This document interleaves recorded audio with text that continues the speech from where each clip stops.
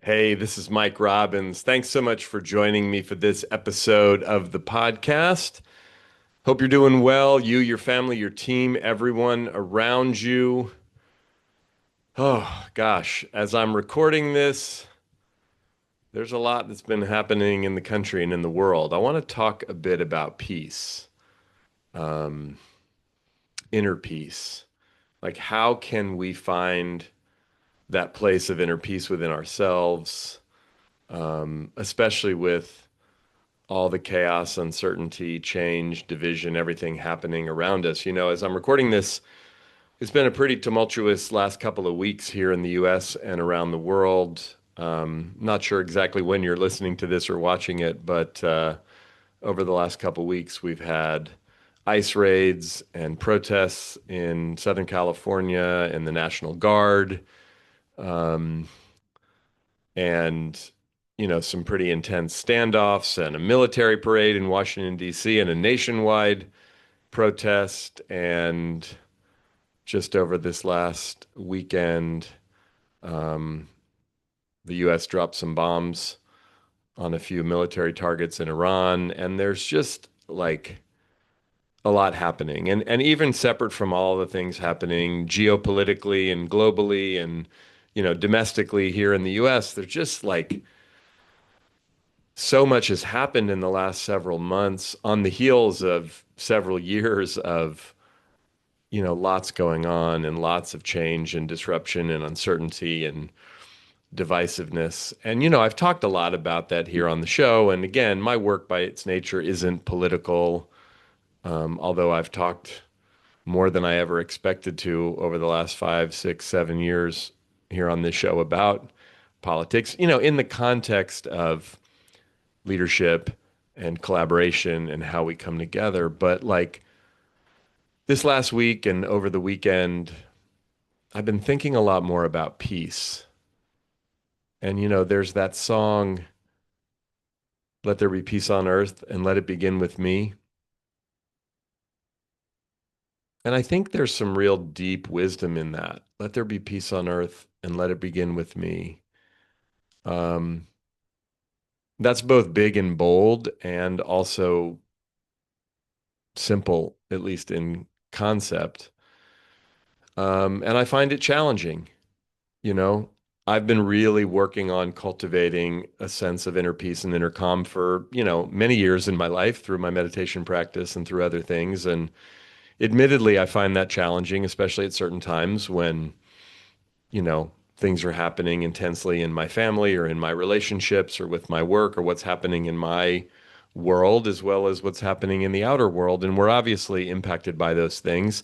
As I travel around the country, last week I had events in San Diego and in upstate New York. This week I'll be out in Chicago. I was in Chicago 2 weeks ago. I love traveling. I love speaking. I love being out in the world, especially in this sort of post-COVID world after we were, stuck inside for a couple of years back in 2020 and 2021. I really feel like I appreciate it even more and I don't take it for granted. And, when there's a lot happening in the country and the world, as there has been for several years now, I do actually like being out and around and in different places. And it gives me perspective. It reminds me that not, the whole country, the whole world doesn't think exactly the way that I think or the way that maybe the people right around me think. And even though it can be sometimes a little discombobulating and disconcerting, it's actually really healthy in a lot of ways. And I will say, as I've been traveling around in recent weeks and months,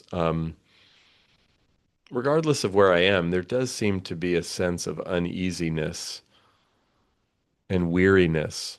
And again, I've been talking about this for the last several years. We've been through a lot. And right now, it just feels like on multiple levels and on multiple fronts, there's so much unknown. Um, there's a lot of chaos. There's a lot of division. There's a lot of fear. And look, it's easy to get caught up in that. And in no way am I trying to minimize that or sugarcoat it or pretend like it's no big deal or just get over it. But I do think we tend to spend and waste a lot of time and energy, myself included, trying to control things we can't control. My old pitching coach at Stanford, Dean Stotts, who I've had as a guest on this show before, used to always say to us, there's only two things in life you can control, your attitude and your effort. And he was right. Now, we used to roll our eyes and get annoyed with him for saying that, but it's our attitude, our mindset, our perspective, like how we look at things, and our effort, the actions that we take. And with that in mind, as I think about my own commitment to peace, and I'm somebody who, gosh, over 20 years ago, Michelle and I spent quite a bit of time in Washington, D.C. over several years working for an organization called the Peace Alliance, lobbying significantly to try to create a cabinet level Department of Peace here in the United States. It ultimately has not been successful up to this point, but met so many people in different aspects of the peace movement here in the US and around the world, and really just looking at what does it take to really cultivate peace. And while there are lots of systems and structures and things that I don't even totally understand when we talk about governments and how things operate and the complex reality of the geopolitical environment in which we find ourselves today, and even 20 years ago when I was doing a lot of that lobbying work, so much of what I learned during that time about peace building is yes, it was absolutely about people and groups and communities and cities and states and countries, but there was always an element of inner peace, inner work that I believe is necessary for all of us, whether we're protesting or advocating for some political change or social change that we want to see, or whether we're advocating for change inside of our companies and organizations and teams, or whether we're wanting to make a difference in the world as leaders, as thought leaders, as parents and coaches. And I think, especially in our society, we get so focused on the external, we get so focused on the outcome, we get so focused on the result, we tend to forget that a lot of it is an inside job, right? That sense of fulfillment that we're after, that sense of satisfaction, of even the success. It's really something for us to cultivate within ourselves. And it's hard. I find it elusive. And as a three on the Enneagram and someone who's really focused on achievement and performance and outcome, and I can get lost all the time, even at 51 years old, and forget, wait a minute, it's an inside job. So, with everything that's happening in the world right now, the conflict, the uncertainty, the fear, the division, I mean, wars in Gaza and Ukraine and Iran and Israel and political divisiveness here at home and debates about immigration and all kinds of things that really matter and are significant, and people's lives are at stake and real things are happening. But even less political and social, whether we're talking about the change that's happening right now with artificial intelligence or the way that we work or economic instability and what is it going to mean for our businesses and our jobs and the things that we do.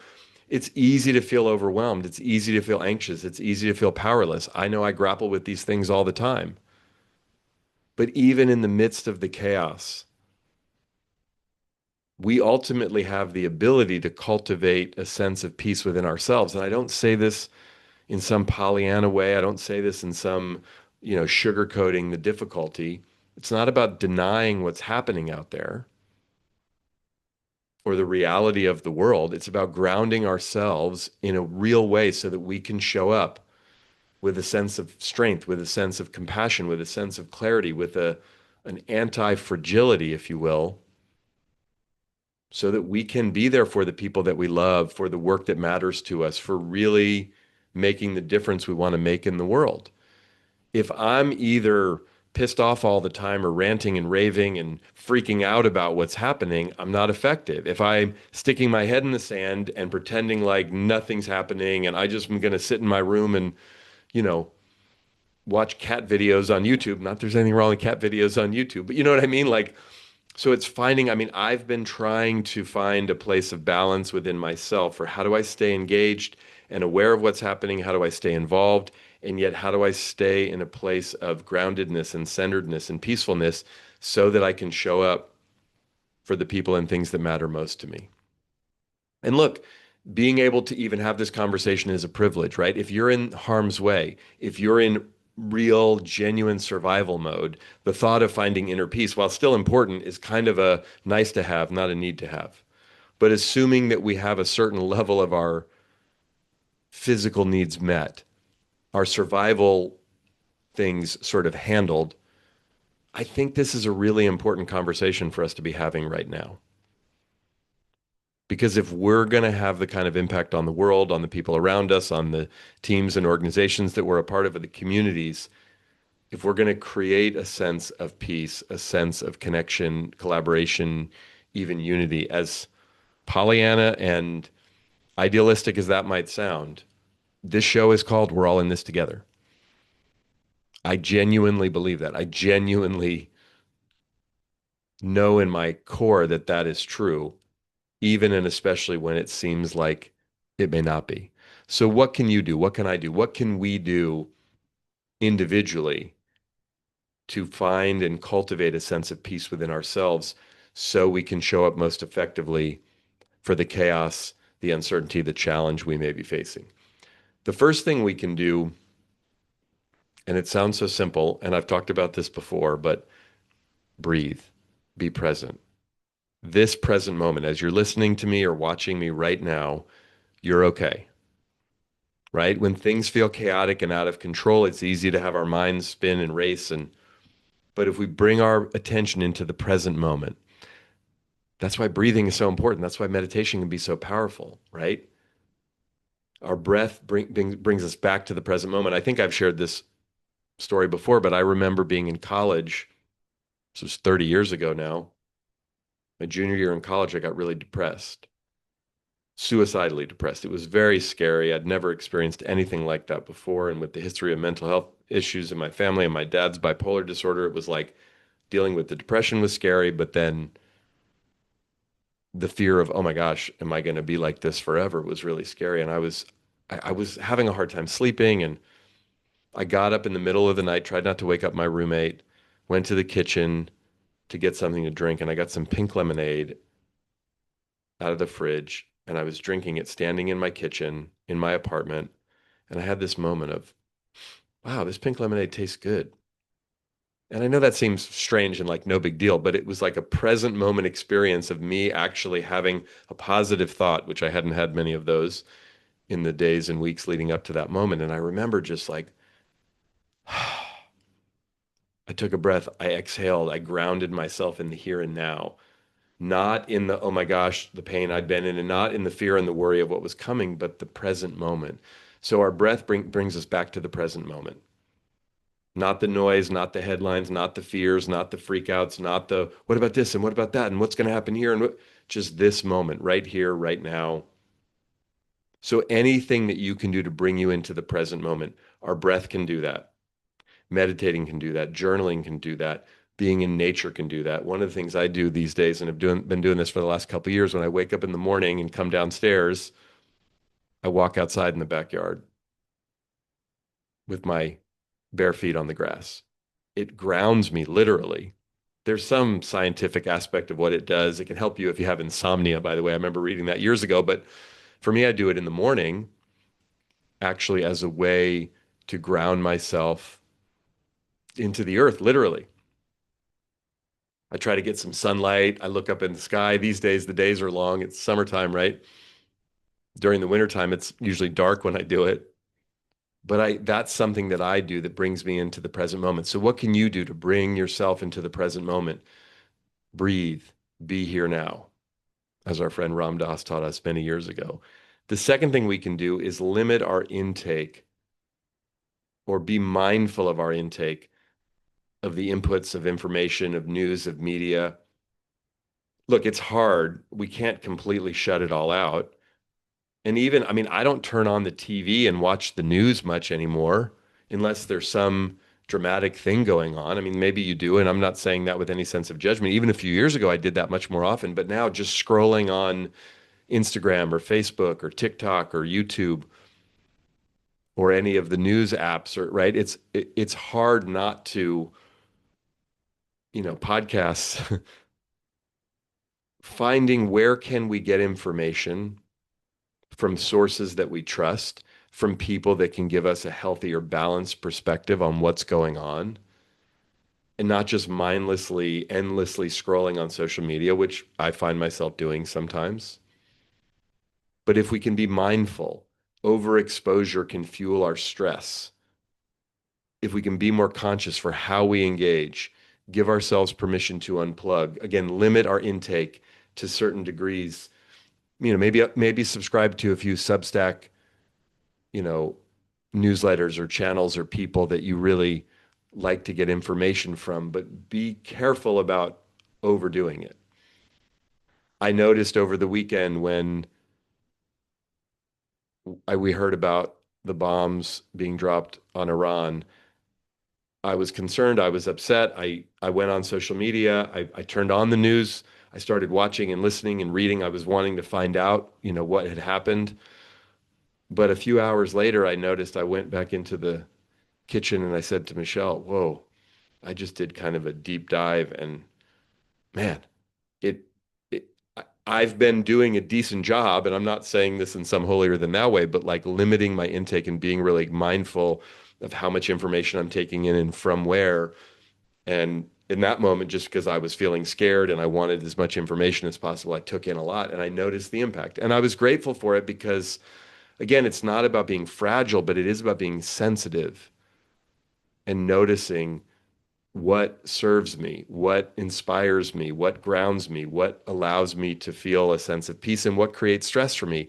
The more awareness we have of that, the better. I remember years ago working with a chiropractor who's helping me with some lower back pain, and he said to me, "Mike, it's really important to have somatic awareness." And I was like, "What does that mean?" He's like, "That means being aware of your body. When you can feel the tension rising before it gets too intense, you can shift and move or stand up or walk around. If you're not aware of it, before you know it, you're in a ton of pain, and then you're like, ah, and you got to go to the chiropractor and get an adjustment." But there are early signs of it. So if we can be more sensitive to noticing, oh, how do I take in information in a way that I can process it, I can do something with it. Look, I don't think we were designed to take in this much information. There's people a lot smarter than me who've been doing studies on this for years about, all the things the phones and everything are doing. And I say all of that as you're listening to or watching this, probably on your phone or some device that does give you lots of information. And I'm grateful that you're listening to or watching this and taking in this information. But it's important that we pay attention to who are we listening to, what's the impact, how can I be conscious about what I'm taking in. A third thing that we can do is express gratitude, appreciation. I mean, look, you've been hearing me talk about this for 25 years if you've been following my work, or even if it's just recently. Like, this is a core element of everything that I've done and written and said over the years. Is gratitude isn't about pretending that everything's perfect. It's about finding a way to appreciate what's good, even when things are hard, even when things are challenging. The first book I wrote many years ago is called Focus on the Good Stuff. It's not called Everything's Good. And right now, there's some really challenging things happening in the world, in the country, around us, or, even if they're not overtly challenging, they're definitely uncertain. And it's not about pretending like they're good, but it is about choosing to focus on what am I grateful for? What do I appreciate? Who do I appreciate? Right? If I asked you the question right now, what are you grateful for in this moment? There's always something to answer to that question. Who do you love and appreciate? You can always answer that question. And that brings us into the present moment. That has us oriented towards what we're grateful for. That reminds us of the great fullness of our lives, even if we're dealing with things that might be difficult or challenging. So that's the third thing we can do, is focus on what we're grateful for, what we appreciate, who we're grateful for, who we appreciate, and see if we can express that gratitude. Write down things we're grateful for, tell people we're grateful for them, or that we love them, or that we care about them, or that we appreciate them. The expression of that gratitude is a reminder to ourselves. It brings us into the present moment. It orients our mindset and perspective, in a positive and healthy direction, not pretending like there's no issue, there's no problem, there's no challenge, there's no difficulty, not at all. Look, look, ironically, but very poignantly, often what happens when we're in the midst of tragedy or in the midst of loss or grief, or we're at the funeral or the memorial service, there's so much love and gratitude that's expressed, even in the midst of the sadness and the grief and the loss. But if we proactively express that gratitude, focus on what we appreciate, it can cultivate a sense of inner peace. Another thing we can do is connect with others. Look, peace isn't a solo journey. Even as we're talking about inner peace, it is an inside job. And the paradox is reach out, check in, listen, share, be real with people, let people know how you're feeling, especially if you're struggling. I find that when I'm struggling, if I can tell someone else that I'm struggling, but also ask them how they're doing and show up and be of service to them in some way, it can help me get out of my own stuff, if you will, not inauthentically, not in denial, but both can be true at the same time. I can be struggling and I can also show up and be of service to someone else who may be struggling. And it's a reminder that, again, same storm, different boats, as I often say. And we are all in this together. Connecting with others reminds us that we're not alone. We're stronger together. Again, it's not about whining and complaining and commiserating per se, although sometimes a little bit of commiseration can be healthy and productive, although it really is about connecting, below the waterline as we lower the waterline on the iceberg. How are we really feeling? What are we really thinking? What's going on at that more vulnerable, authentic level? And can we connect with another human or other humans in that way? Being in community can create a sense of solidarity. Not that we're going to sit around, and we got to be careful about this, and just complain about those people over there who don't agree with us. Very seductive to do that, but potentially very damaging. But connecting with other people who we care about, who care about us, who we feel safe with, who we trust, hugely important. And then the fifth thing that we can do is take conscious action, deliberate action. Again, thinking about protest, thinking about speaking up, speaking out. What can I do or say in the direction of what I want? You know, you know how Michelle and I got involved in the Peace Alliance and the Department of Peace campaign over 20 years ago? It was actually the lead up to the Iraq War. We went to several protests here in the Bay Area. And as we were marching down Market Street, speaking our mind, expressing our beautiful First Amendment right here in the United States, saying we did not want the United States to go to war in Iraq. As much as we agreed with that and the sentiment of that, those protests felt very violent. Not actually violent, but angry. Like there was so much anger, which I understood. Underneath the anger was fear and that sense of helplessness and powerlessness, but people were yelling and screaming and I didn't disagree with a lot of what people were yelling and screaming about. I just looked around and I thought, I don't know that the energy here, in my personal experience, was all that peaceful and was leading towards peace. And so Michelle and I came home after several protests and we said, what can we do that actually feels like it's building peace and cultivating peace, not simply just fighting against the war that we didn't want to happen, which ultimately did happen and didn't go very well. But what can we do taking action towards that which we want? Right? What did Gandhi teach us? Be the change. What's the kind of change that you want in your marriage, in your family, in your close relationships, in your team, in your company, in your community, in your state or country or the world? Like, what is it that you want? And what actions can you take towards that end? That's empowering for all of us, right? You've heard me talk before about idle complaints and proactive or committed complaints. An idle complaint is just when we whine and complain about something small or big. Why is it this way? It shouldn't be this way. I hate it.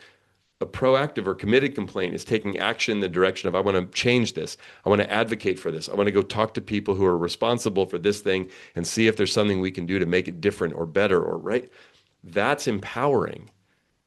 And it's not necessarily about fighting against something, although there are times in life when that may be the case. But ultimately, cultivating peace within ourselves and ultimately within the environment around us is really about taking conscious and deliberate action towards that which we want. So, the five things that we can do, just to recap: breathe and be present, bring ourselves into the present moment, cultivate presence, meditating, being in nature, breathing, bringing ourselves into this present moment. Because right here, right now, almost always, even if we're in a sense, in a state of pain or disease, the present moment isn't about the headlines and the fear and the worry. The second thing is limit our intake of information and news. Be mindful and conscious of what we take in, how we take it in. Be willing to turn away at times or unplug or disconnect so we're not getting overloaded and overwhelmed. The third thing we can do is express gratitude and appreciation. Really focus on what we're grateful for and who and what we appreciate and express that, reminding ourselves that even if things are hard or challenging or scary, there's always good stuff we can pay attention to.